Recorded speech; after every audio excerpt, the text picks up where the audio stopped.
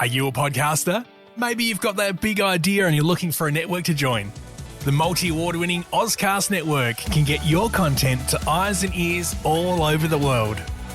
Join now for the first month free, and you could be featuring this sound at the beginning of your podcast. Ozcast.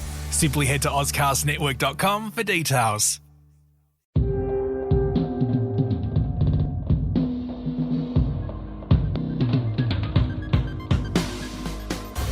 Congratulations, Lance. You've graduated.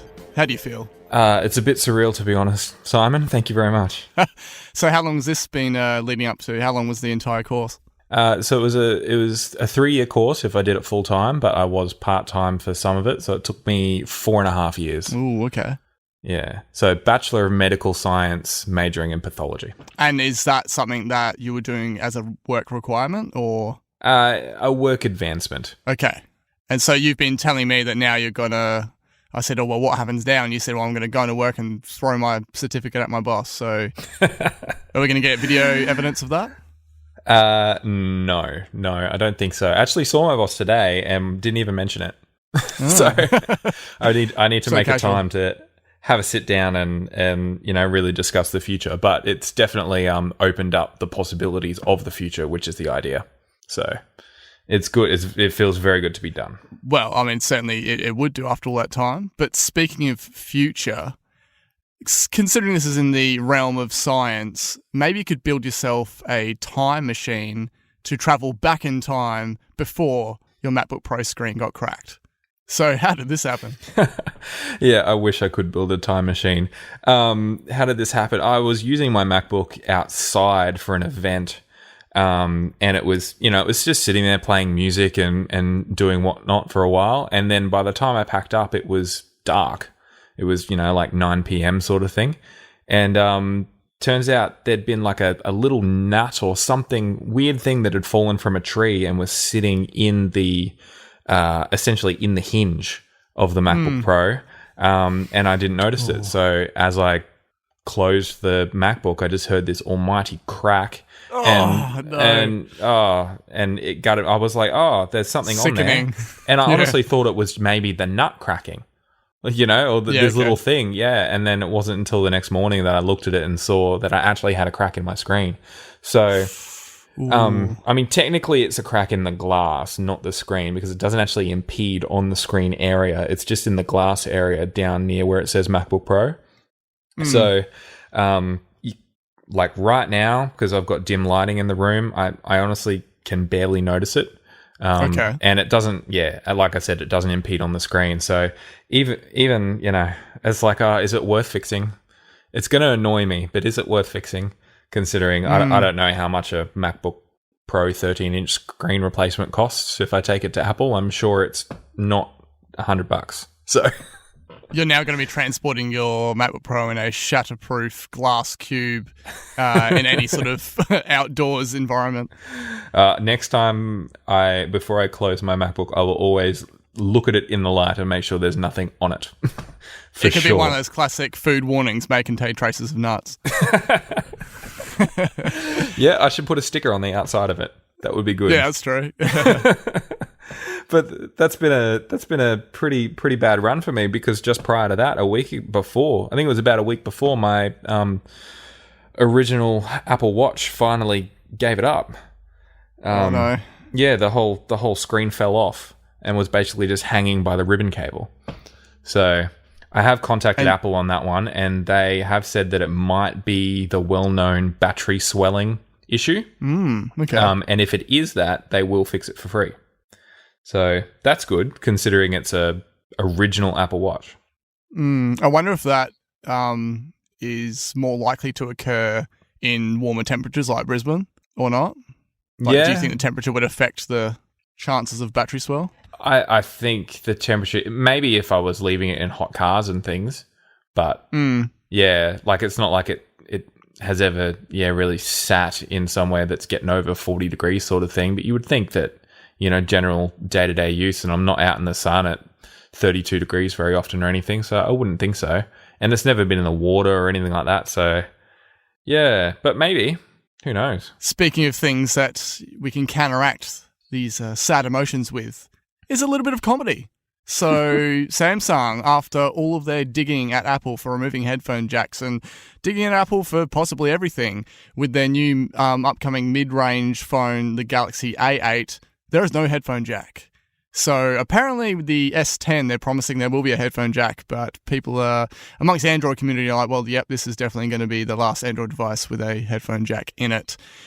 Now, to go further from there, I don't know if anyone has told their marketing guy, but every time they do any form of Twitter post, it's from an iPhone.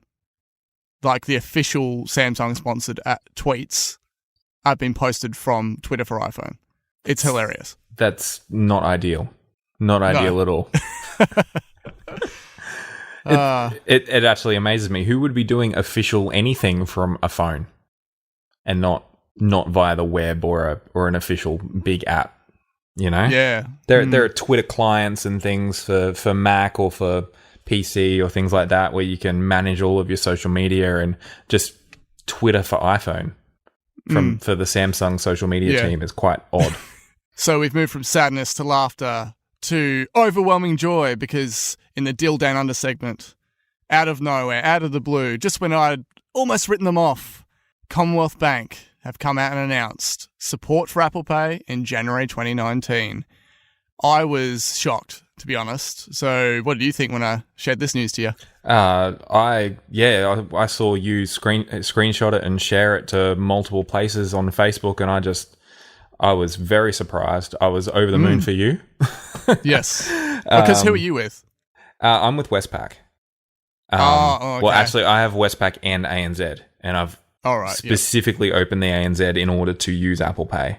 But yes, okay. I'm hoping to move everything over to ANZ because I'm sick of Westpac, to be honest. But I used to be with CBA, but yeah, so it doesn't really affect me at the moment, but I'm super stoked for it. So I had an ultimatum at the start of the year where basically every time we mentioned this, Nick's like, just move over to ANZ, switch over. I was like, yeah, but we've got so much already set up with Commonwealth. And, as I mentioned on the episode with Dave from Barely Audible, my wife's not even into PayPass and stuff, so I can't really, convince her as an excuse to do so. However, so back then I'd said, if they don't support it by the end of 2018, then I'm switching, and just in the nick of time, which is fantastic for me, so then I don't have to go back on my promises. Given that Commonwealth owned Bank West, they also then followed the next day with a very similar looking post, just different font, different colours, also announcing support for Apple Pay in January 2019. So the ultimate question is, how long do you think NAB and Westpac will take? Because surely, Commonwealth are the biggest bank in Australia. So now they're the kind of this awkward, stuck in between, they're like the second and third place people. And, I'm sure Commonwealth lost many customers over this, considering it's been, between ANZ rolling it out and then Commonwealth finally rolling it out. That was a decent amount of time. So how long do you think until, these last two fall into line? That's it. I agree. Commonwealth Bank is the biggest bank in Australia, and they've been trying to, overpower Apple and make their own things. And obviously they've been losing customers, and they've finally just given up. If they've given up, I can't see any reason why Westpac and NAB won't give up by the end of 2018.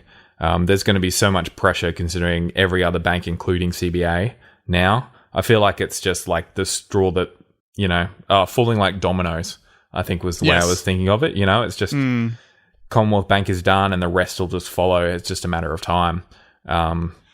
It's exciting for all Apple product owners and people who want Apple Pay, because changing banks is a big deal, which is what's happened. I've been trying to move over from Westpac to ANZ for quite a while now, and it's just a lot of organizing and a lot of things change, and even then, even if I did move over, I'm still going to have things like my mortgage with Westpac. So it's having things in two different places. It's not ideal, and I'm sure that's kind of the reason why you've been sticking with CBA for so long. It's going to be great. I'd always just been fine, with their service, as I've previously mentioned, the people I know the people that I've been into the bank for a long time, but they still know me if I do go in. They're always friendly. I like their apps and all that sort of stuff. I don't get too hung up on, this is what the fees are, this is what, this is what the rates are and all that sort of stuff. I'm not that invested in that sort of thing. But just as a general banker, I've always been fine with it, and they've got the watch app, kind of sometimes doesn't work, sometimes does work. But when it does, that's great. And yeah, this was just months and months of people banging on about it, and with good reason. And considering it was only just recently I was discussing this and shared it around in a bit of an audiogram of my episode with David. Now, I'm not saying that it's because we talked about it, that's why they caved, but it's a bit of a coincidence. It is a little bit, especially with the timing. The fact that your ultimatum was by the end of the year, and here it is, legitimately in the nick of time. I mean, everyone knows that the CEO of, every single big bank, they just tune into Apple Slice every fortnight. So yeah, absolutely. It's the done thing. I mean, and this is really the last time that they could do it, because here comes the holidays for all the marketing people. Yeah. They're not going to work over Christmas, so this was their last opportunity to make sure they keep Simon as a customer. Oh, exactly. So they're doing it just for you, Simon. And of course, this announcement could not go by without an excellent pun. So when I announced this to Nick, I shared the screenshot to him, and I'm like, "Holy hell!" And he's like, "Cool!" And I'm like, "So stoked." He's like, "Yeah, man, welcome to Apple Pay." I'm like, "I'm next level excited." And he goes, "I wonder if it's a trigger for the other two now." And I said, "That's what I'm banking on." It was a masterstroke. Like, to be honest, I think after this, I've realized I haven't even been waiting for Apple Pay itself. I've just been waiting for the opportunity to drop that pun. It was a real zinger, that one. Did he catch it, or did you have to capitalize the word bank? I did the ... and I got no reply. Okay. Which means it's good. Correct. Well, speaking of things that were announced but haven't arrived yet into the product perception category, we're going to talk about, once again, AirPower. Where is it? Why is it? How is it? Let's ponder about what's happening with AirPower. Yeah, this is just the story that never goes away, isn't it? AirPower. Yeah, so there's still references in the code for iOS and other products. They do mention AirPower on the website in one place, and in the latest iPhones, is it in the 10R? I know it's in the 10S and the 10S Max. I believe it is. They do mention the AirPower as an option for charging, and I think it says currently unavailable. So yeah, at the moment, like, where is this thing? It was supposed to be by the end of this year, wasn't it? 2018 was the promise. Yeah, well, they didn't even say by the end. They just said in 2018. They gave no specifics but then there's been no mention of it from any official Apple source in any keynote in all of 2018, which is quite incredible. Yeah, there have been the reports of primarily the delays being to do with overheating, because there's just so many different coils and all that sort of stuff inside it. It's to achieve that whole drop the device, drop the watch anywhere on the pad idea, because you can get, your free devices on one pad IKEA thing, but they're on a designated little spot, and they really want to go for the effortlessness of just putting it anywhere, and it could be two iPhones, and then of course it's got like a kind of little version of iOS built into it that shows you the battery status of the devices on the iPhone screen, and that's all great.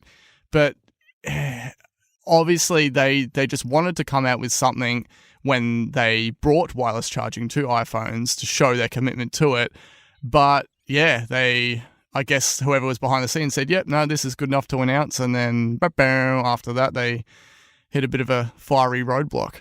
Yeah, obviously it was way too early for them to announce it. And they really do, like, they can't.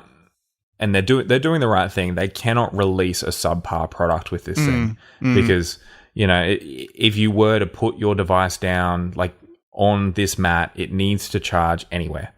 Yes. Anywhere. And just, it's slightly too far to the left. No, that's just not going to work for, especially,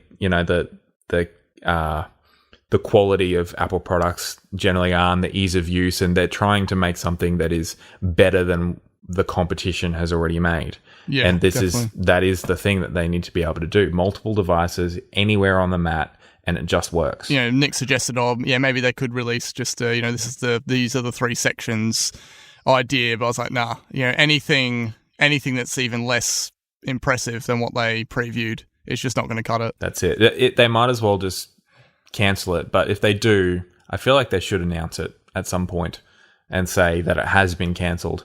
But I don't believe that it is cancelled. I would have predicted that, but considering it's still listed on the website, and it's in the iPhone packaging, like even if it was just in the iPhone packaging, I could understand that if it was cancelled, but it was on the packaging, because packaging and instructions and things, that they get finalized months ago, months before the product is actually released, that they're getting and printing and doing all that kind of stuff. So if it had been cancelled between then and the iPhone release, fair enough. But the fact that it's still mentioned on the website, which they can go in and take down at any point, I don't believe it's cancelled, which otherwise I would have predicted it, to be honest. It's just been so long and they've never mentioned it.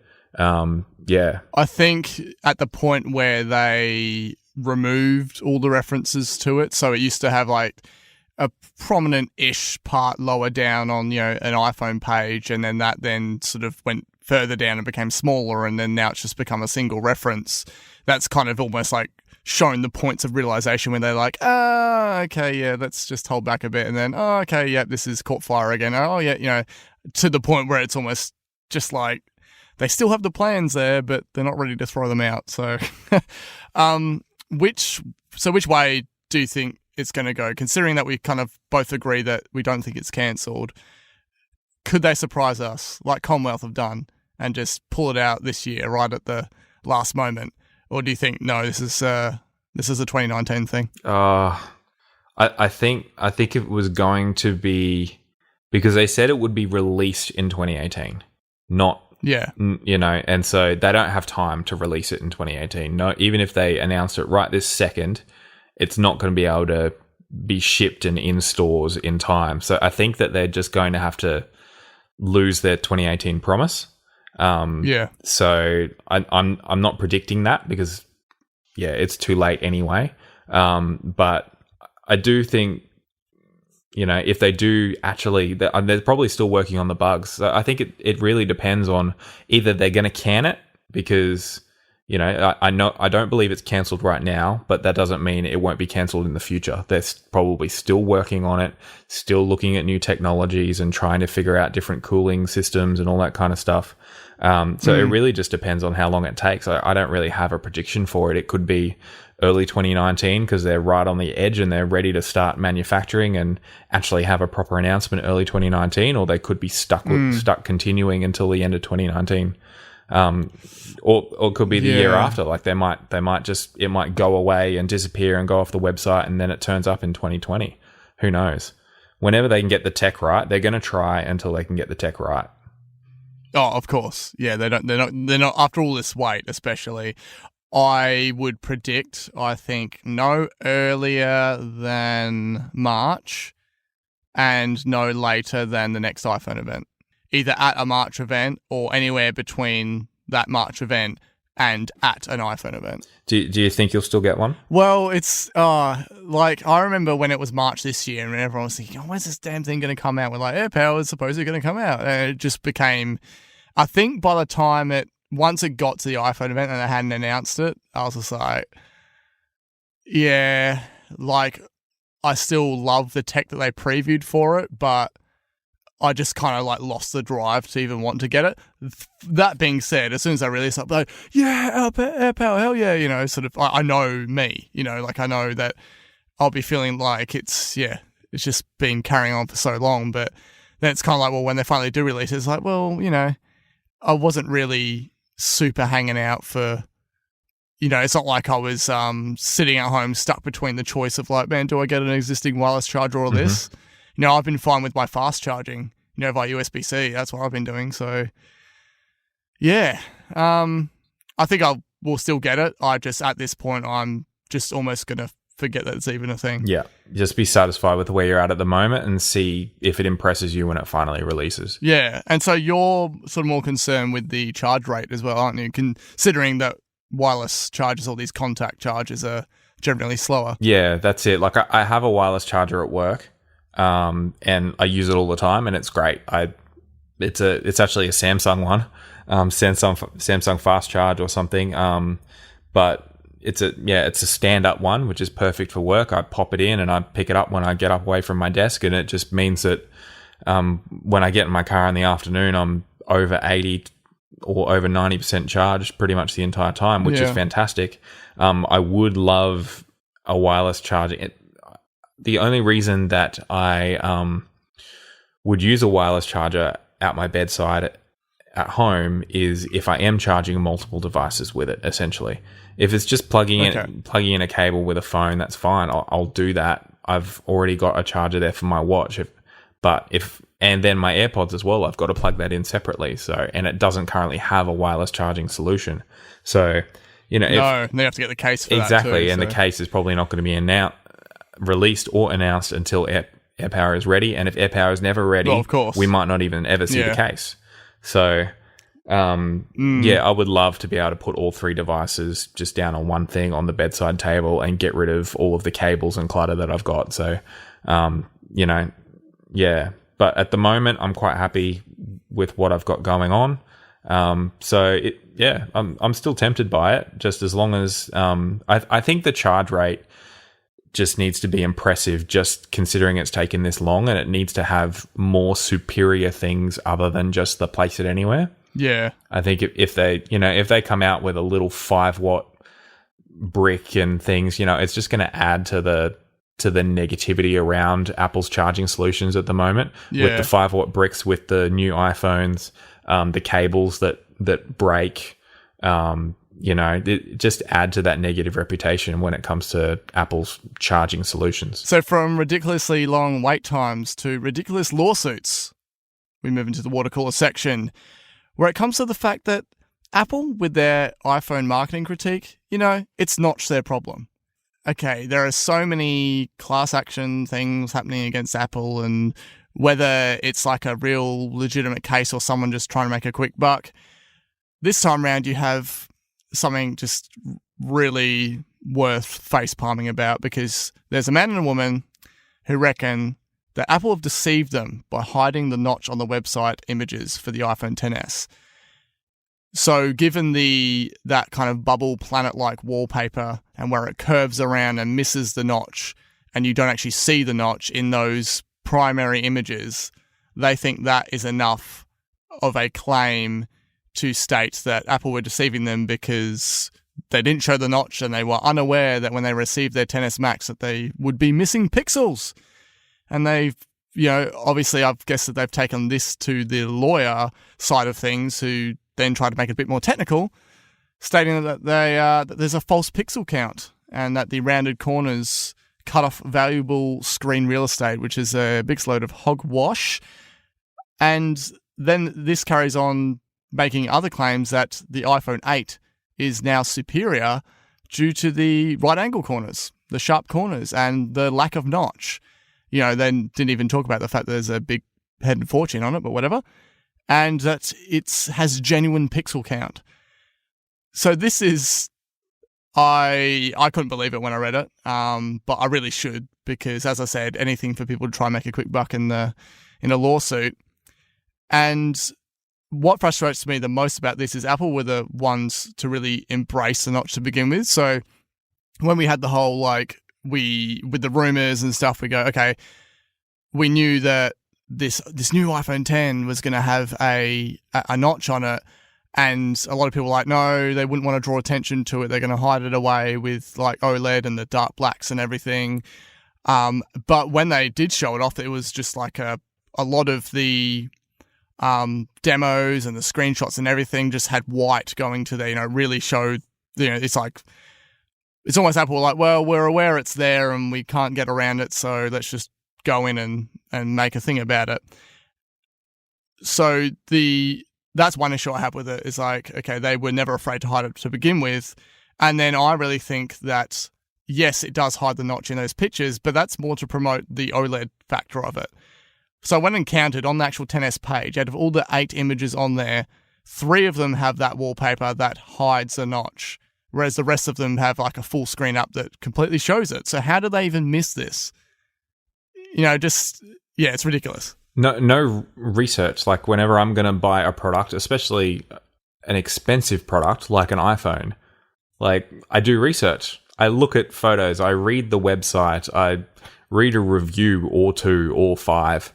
Like it's ridiculous. And the fact that they have somehow missed all of this marketing, missed the fact that it has the notch and the news, and then purchased one, and then like they open the box, see it's got a notch, and they decide to sue Apple rather than return it.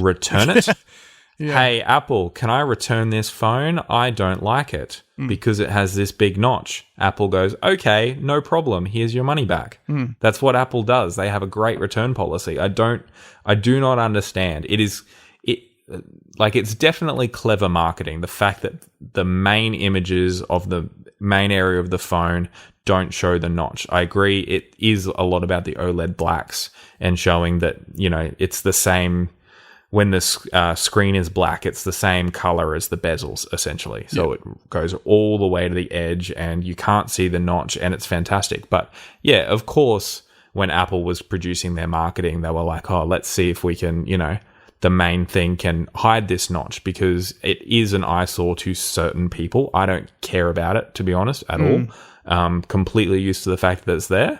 Once you own one and use it, you barely notice it. That's it. But a lot of iPhone haters don't like the notch. So yeah, they're going to try to hide it in some of those main screens. But that's not deceiving anyone. That's like just taking a photo of a product on its most attractive angle. Yeah.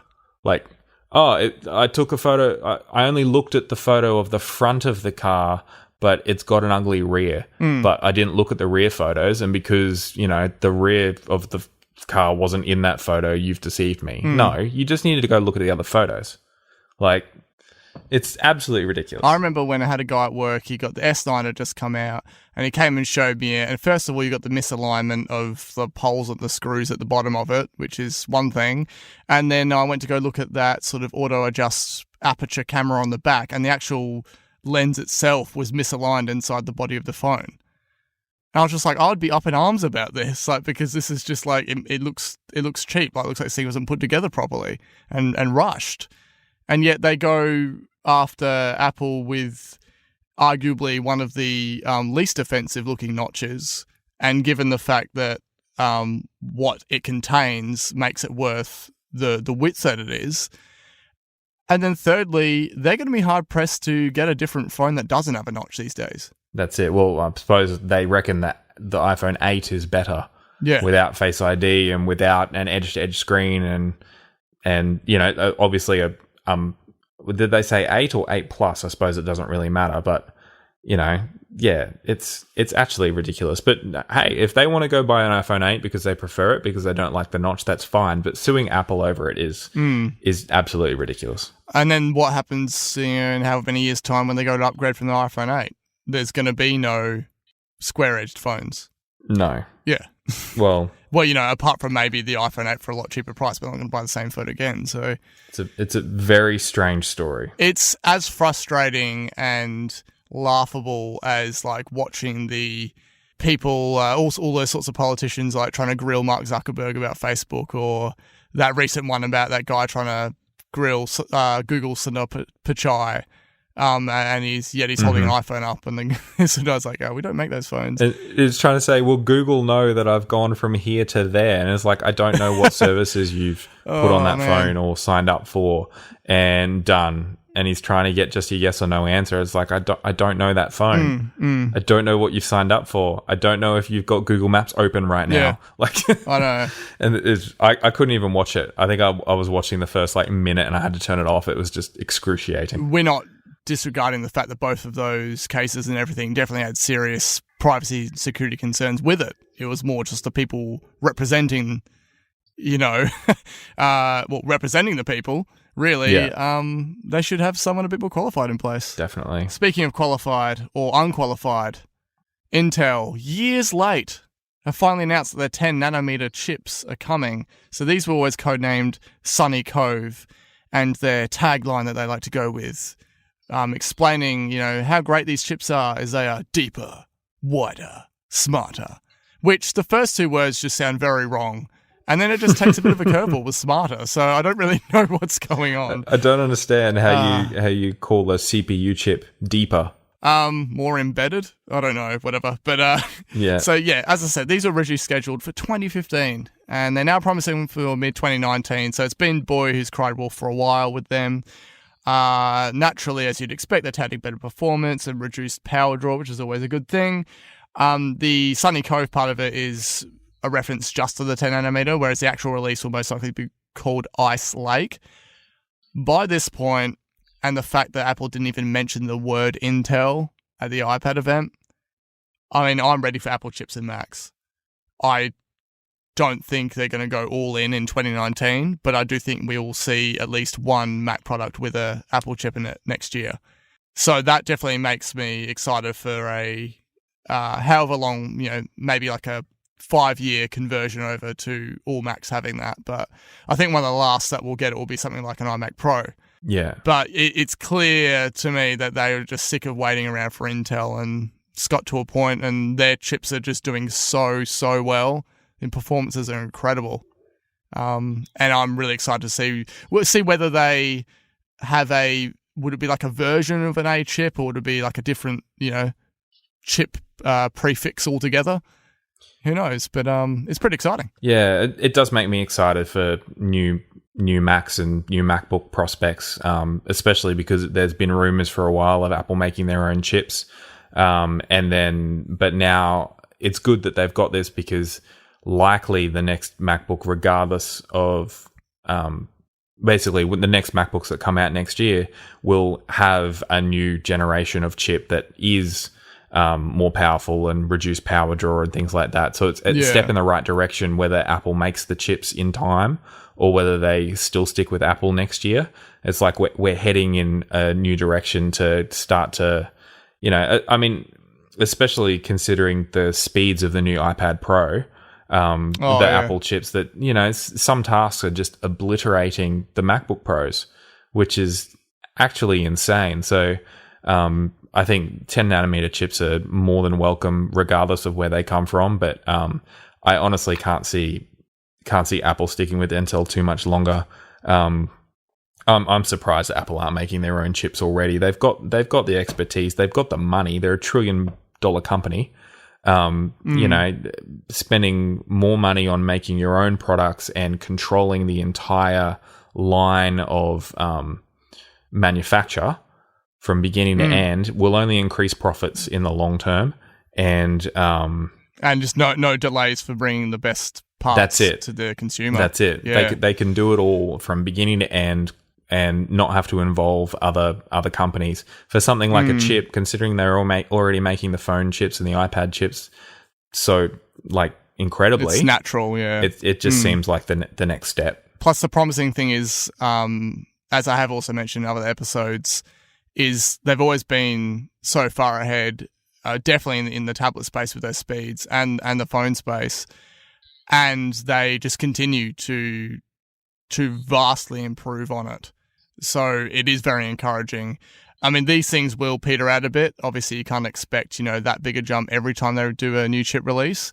But the fact that they're not just thinking, okay, well, we're already ahead, we can just, bump it up another 5% or whatever. They're just really pushing the boundaries on it, which is very encouraging for, what could come up in the Mac space. And ultimately, I don't think they have an issue with Intel other than the weight. I think the relationship between Apple and Intel, it was probably quite fine, but they're just, promised them some chips and they couldn't deliver, and that's how you end up with MacBooks and that getting, previous generation chips and that sort of thing. After this, we also have a not so good business relationship, and that's one to do with Qualcomm, a very long ongoing legal battle with the manufacturer that makes the modems for iPhones and stuff. So it turns out that Apple could be even taking this part on internally. So have you got some information about an Apple-built modem? It looks like a job listing has popped up looking for a cellular model systems architect at Apple, which makes sense considering this ongoing legal battle with Qualcomm and them providing so many of the modem chips. Why wouldn't Apple look into making their own? So so it says due to complications of creating it, it's got a 3-year minimum rollout in order to get cellular model apparently new it's a big chips deal made from Apple. I mean, I know nothing about it, but apparently modem chips are particularly hard. So time frame wise, we would expect Apple chips to come in the Macs first, like previously. Exactly, As I'm thinking, first one for next year and maybe 2020 for a MacBook Pro at the earliest. Whenever these reports come out of Apple's starting to think about making this part of the manufacture process, it does surprise me why they're not doing it already. Just because they do just to have so much money. So it seems like, I mean, considering there's legal battles with Qualcomm and there's so many other parts in different areas like screens with from LG and Samsung. Yeah, that's a big one. Supply line issues and things like that. Like Apple needs to start closing in and producing all of their own stuff. They've got the technology, they've got the expertise, they've got the hiring power. 100%. They can pay what they need to pay to get someone with the expertise to do these things. So one of the last things I'm sure they're working on it, but they will, I hope, eventually get to is making their own screen panels, because I mean, come on, when your primary rival in handheld devices is making the panel, it would be particularly hard. How much information do you need to give them to make the panel as to not give away your secrets of an upcoming release? You know, a lot of the impressive screen tech, luckily, is software based as well. So they didn't show them any of that. But just to, I mean, the fact that they've done such a good job with their own chips, and I'm expecting, the modems to be just as good. Yeah, this is really exciting. Although, I think something like the screens and that, and even the fact, the true depth camera system that is assembled by different companies too. They even had that whole thing of like, they had two or three different companies like assembling the true depth camera, and then one was producing lower yields than the other, so they dropped them, and it's almost like a competition of, how well and how fast can you put these very delicate parts together. So, I think it's just going to be a case of actual physical, manufacturing places being built, really, because I'd say that currently your places in China and that put all this together would be pretty maxed out, so they're just going to need more space. Maybe build a second Apple Park that's purely manufacturing and run on solar. Well, definitely Trump would be happy with that. That's pretty cool. That's pretty encouraging. I'm excited to see where this is going to go, and there'll be some sort of move towards more Apple made in 2019 for sure. We're going to wrap this up with a couple little edible extras. And again, this is more about Apple working with an external company. So Apple Music has, just out of nowhere, is able to be played on Amazon Echo devices. I haven't asked anyone with an Amazon device in Australia yet about this in terms of testing it or anything, but apparently it's rolling out in the US at the moment. So I think this is good news to increase Apple Music subscriptions. It is a very great service. It is second to Spotify. But ultimately, I bought a HomePod for a reason. If you're fine with lesser sound quality and you have your Amazon products, that's great. But personally, I'm not interested in Amazon products. I think their logo sucks. And there's always just something about Amazon that just feels very kind of tacky to me, that I would never want to buy their products. But hey, I think this is kind of cool. It's kind of like Apple breaking out a bit further out the walled garden, so to speak, a little bit. So if they can, and it doesn't surprise me. So they did announce that they're not going to be releasing what products sold what volume at their earnings reports now. So it's just going to be like a dollar figure, and you're not going to know how many iPhones or anything like that. And I really think that it seems to be the growth in services is the way that they're going to continue to grow the business. with just the fact that the smartphone market in general is really kind of matured out, it's definitely not getting the growth it used to. People's devices are lasting longer, which is great for the consumer. But I think it's just a case of they're like, hey, okay, let's just open this up.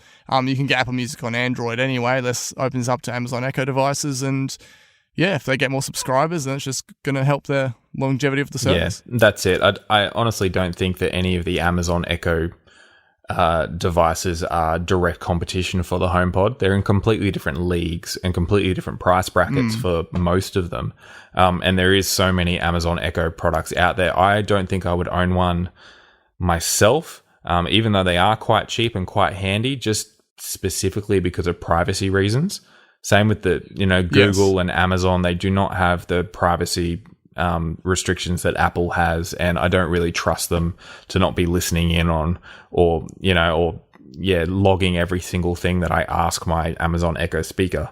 But I do think that this is a good move for Apple. This is the kind of relationships they should have, not so much on the manufacturing. They've got the power to manufacture other things, but a lot of Apple's revenue is coming from services these days, between Apple Music and iCloud storage and all of these other things. So that's a way to grow their market share and grow their revenue, and catch up to they're never going to catch up to Spotify if they're only on Apple devices. And they were on Android. Yeah, exactly. They were on Android, and people that have Apple devices, I know a lot of people still use Spotify, but most people... Oh, yeah, Spotify's massive. Yeah. But a lot of Apple device people do use Apple Music specifically because of the way that, just works, integrates with the operating system.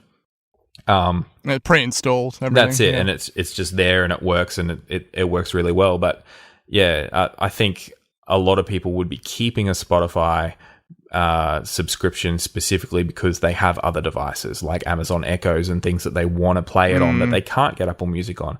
So I think this is probably not going to get too many new subscribers that aren't already in the Apple ecosystem, but it might get a lot of people who already own Apple products, already own iPhones, to switch from Spotify, or at least take another look at Apple Music when there's a sale on, or they can get some kind of family discount or something and give it a go, because they know they can play it on all of their other non-Apple devices.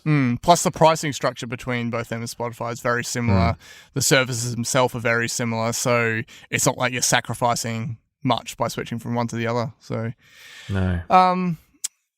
What do you think about the thought of so we're expecting an Apple video streaming service, right? And there's a lot of talk about, it could be free for a certain amount of time, or it could have Apple produced content that is free on Apple devices, and then other things like movies and that maybe are paid or whatever. I mean, obviously when they launch it, I'm assuming it'll be restricted to Apple devices from the get-go, and that'll probably be there for a while. But could you see them, if it does kind of take off, rolling that out? To smart TVs or Rokus or Chromecasts or things like that. Or Amazon Fire, whatever's, and yep. Because, I mean, like, you do have Amazon Prime on Apple TV. Yeah.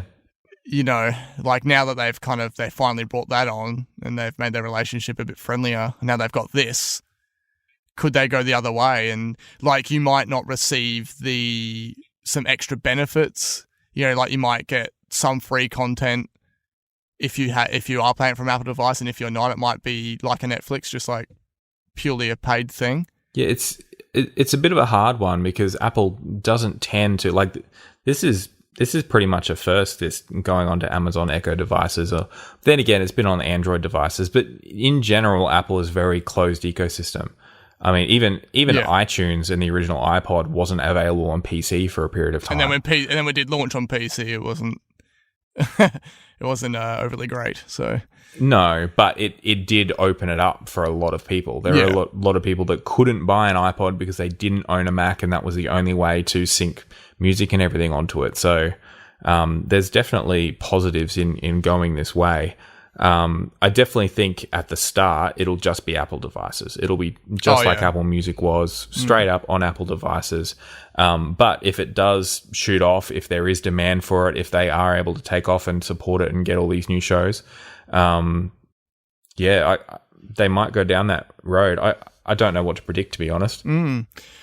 It is actually really interesting. So you've got a Australian service like Stan, and they just recently picked up like all these Disney movies and Star Wars, and I was like, whoa, like it just, because I remember like I hadn't seen Black Panther yet, right? And I was like, always, because I usually, like myself and my other half, we usually rent like a movie through the Apple TV once a week or maybe twice.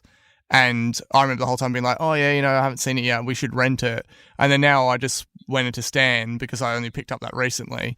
I was like, far out, look at all this stuff in here. And I was just like, oh yeah, Black Panther's there, that's sweet. So that is just, I just never thought a service like that would receive, I don't know how long like this whole content partnership is going to go for, but it's really kind of like put a dent into Netflix, at least for Australians. So yeah, definitely. It has like, my daughter is quite young, so she doesn't watch very much TV, but when we do need a timeout, and the rare occasion where I am going to put her in front of the TV, I always want to sit with her, which means I generally want to be watching something that's fairly enjoyable. And Netflix has a lot of the DreamWorks stuff, but which is good and enjoyable. But yeah, I have like searched a few times and go, I wish Disney was on Netflix. I wish I could get The Lion King or some of these old movies that I have nostalgia for, that classics. I could share there with my daughter. They're classics. And then, when I saw that Stan announced that they'd signed with Disney, like I did not see that coming at all, because like Netflix is this, massive international company, and Stan's this little Australian company, and how they managed to do this, Disney's quite closed off. They like to sell their Blu-rays, and especially all of those old movies like The Lion King and The Jungle Book and all that. They re-release them every few years on Blu-ray, slightly more high def at the full price. Yeah. Exactly. And they only release them for a short period of time, and then they take them away again in order to, and then, 5 years later, oh, here they are available again. So yeah, they're quite closed off. So it really, really struck me, and it made me take another look at Stan, to be honest. So they're doing very, very well. Well, because I got it ages ago, and I remember the app was buggy, and I was almost just like, there wasn't too much in there. There was some kind of like indie films and stuff. I watched them. I was like, that's cool. But it wasn't until they announced the Jim Carrey drama Kidding, and that was available in Australia through Stan. I was like, yeah, definitely want to watch that. And then from there, that's when I was like, oh, there's all these other cool original shows and stuff. And there's this Australian cop comedy called No Activity, and then the guys that made that, they made like an American version of it, but with some of the Australian actors in it, but they're putting on American accents.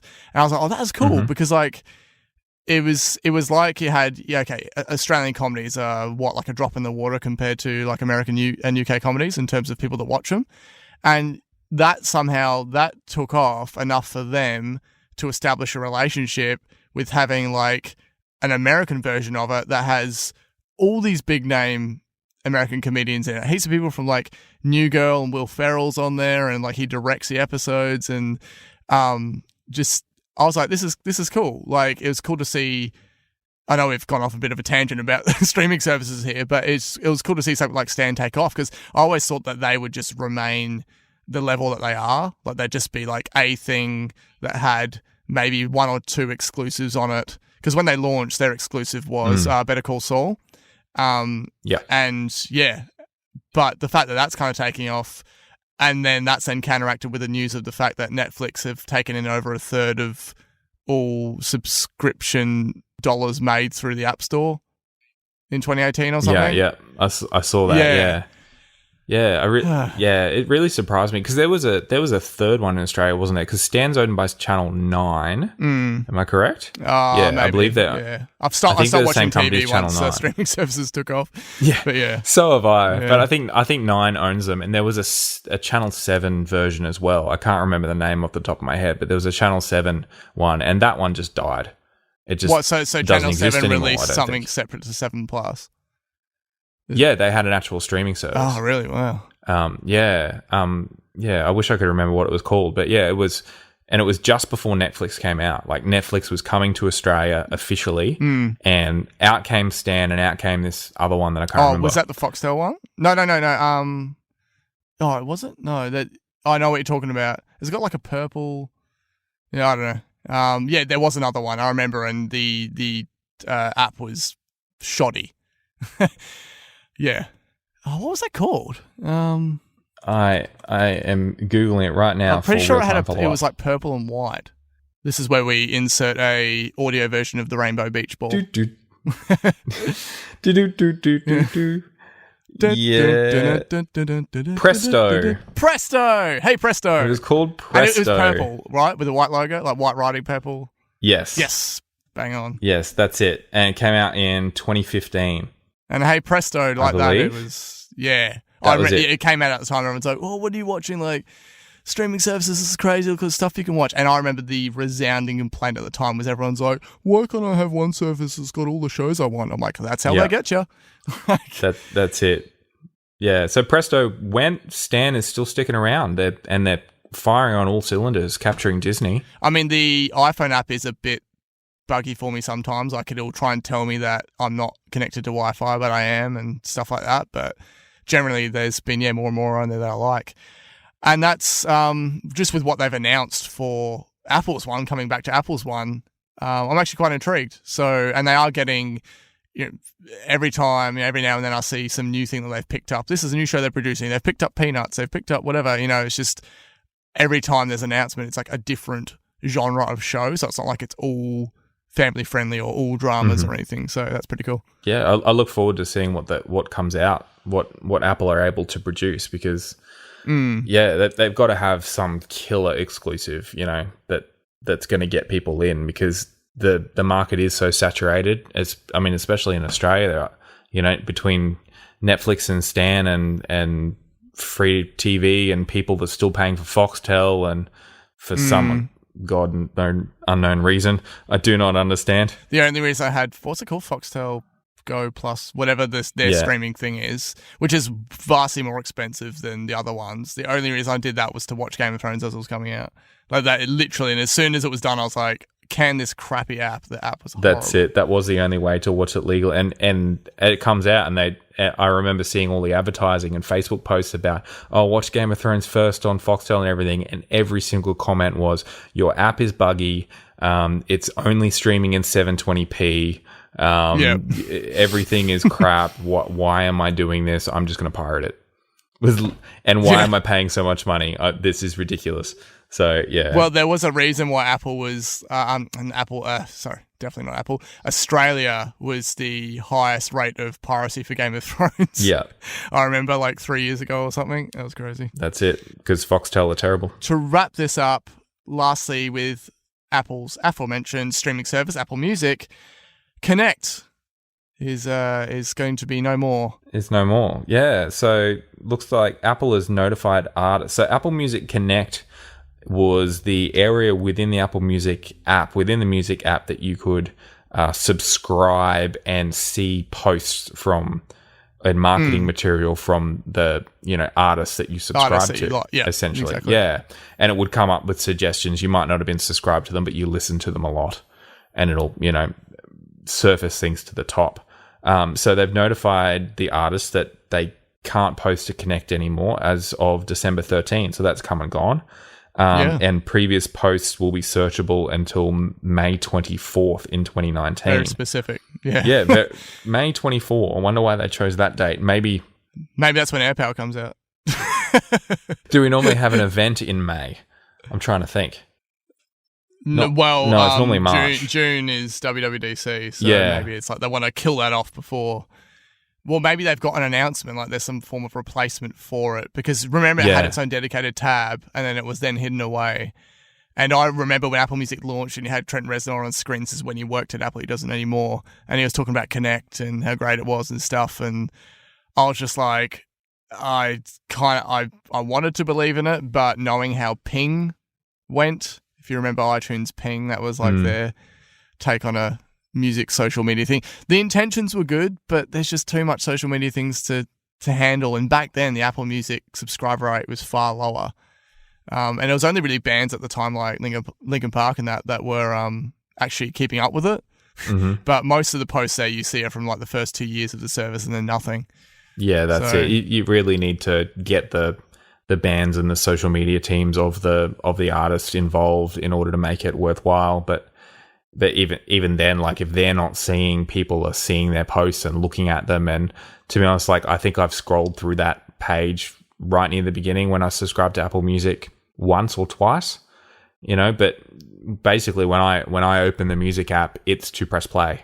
It's to find something to play and play that music and have my headphones in or Bluetooth in the car and continue going on with my day. Music is not generally something that I sit and be still with or, and if I do want to see my favorite things from my favorite band, it's normally when I'm scrolling Facebook or YouTube or something like that where, I don't know, it's just like you said, there's so many social media things out there that to have this one place specifically just to see posts from music is just a bit too specific for me. And then the posts that they did there, aside from the ones that mentioned Apple Music, the posts that they did there were most likely on their Facebook and everything anyway. So that's it. Yeah. I think that May 24th is actually interesting. So they might have some form of update for June WWDC that has something to do with something else they've added to Apple Music. And I'm thinking, so Connect will disappear altogether, and then they might integrate something that's more artist related in the For You, or like whatever you're currently playing. So if you're currently playing a band and then you open up to the now playing screen or whatever, they could have a thing like, oh, hey, they're like, they could lock in with one of those things where you like book tickets and stuff maybe, and it could pop up, hey, they're going to be playing near you, and this band you're listening to are going to be playing near you in 2 months' time or something. Here's a link to buy a ticket, or just something like that is artist related but isn't reliant on someone managing it for them. There's as we said, there are the prominent social media channels, and to be honest, at this point, anytime anyone launches some sort of alternative, I remember when Mastodon, the social media service, was meant to kill Twitter because people were sick of Twitter, and then it had a second go at it, and no one uses it. It's just, and there was that one that was supposed to kill Facebook. All the privacy, all the stuff with Cambridge was happening with Facebook, and they had that one called Vero or whatever, and the same thing with that. They were inundated with requests, so the site couldn't actually launch properly, and nobody uses it. Everyone's like, "Hey, join my Vero. We're going to abandon Facebook." Google Plus was killed off. Yeah, like that's it. There's just too many, and there's so many big guns, and people are pretty much that they use what they use now. You use a social media. If you use Twitter, you use Twitter. If you use Facebook, you use Facebook. And if you're moving away from it, it's probably because you're moving away from social media altogether because you want to break from it, essentially. Yeah. But I actually have a prediction for you now. I think that they are getting rid of it on May 24, 2019. And I think that they will replace it with nothing.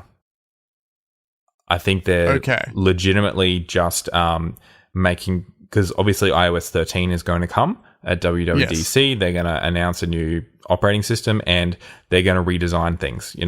They're overdue for a bit of a possibly visual redesign.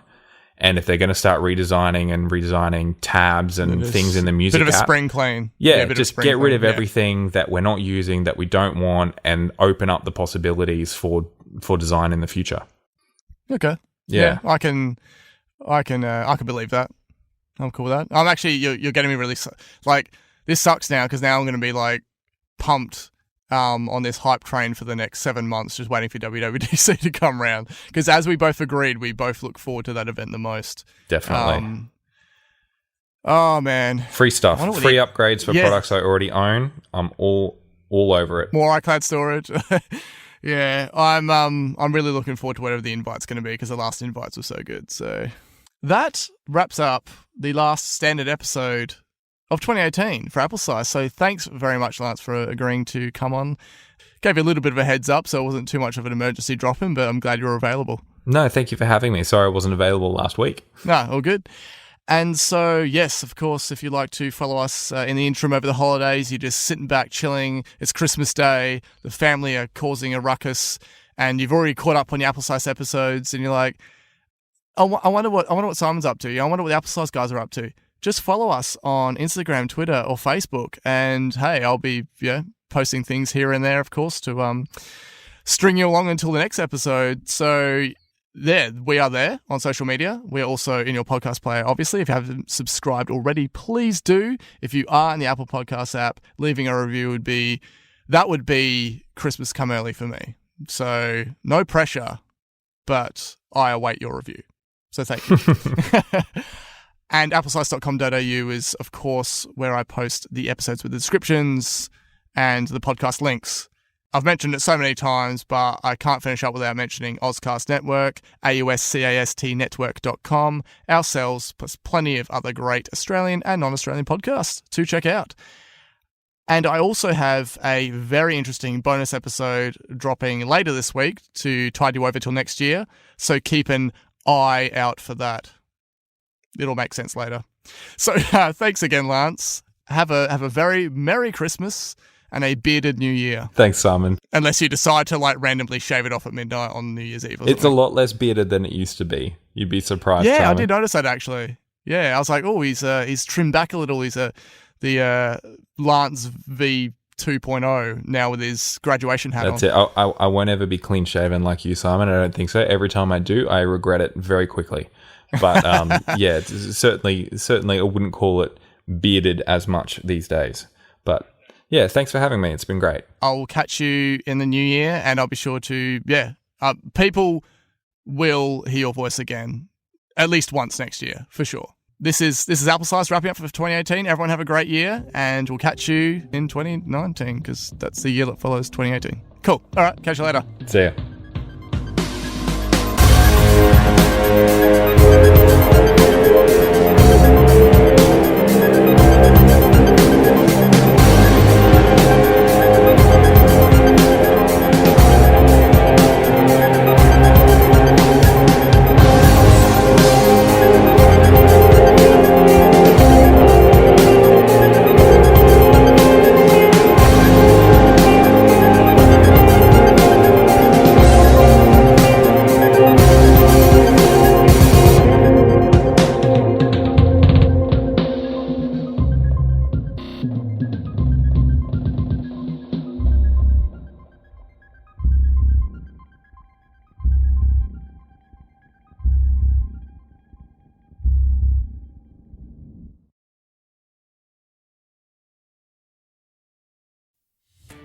Are you a podcaster?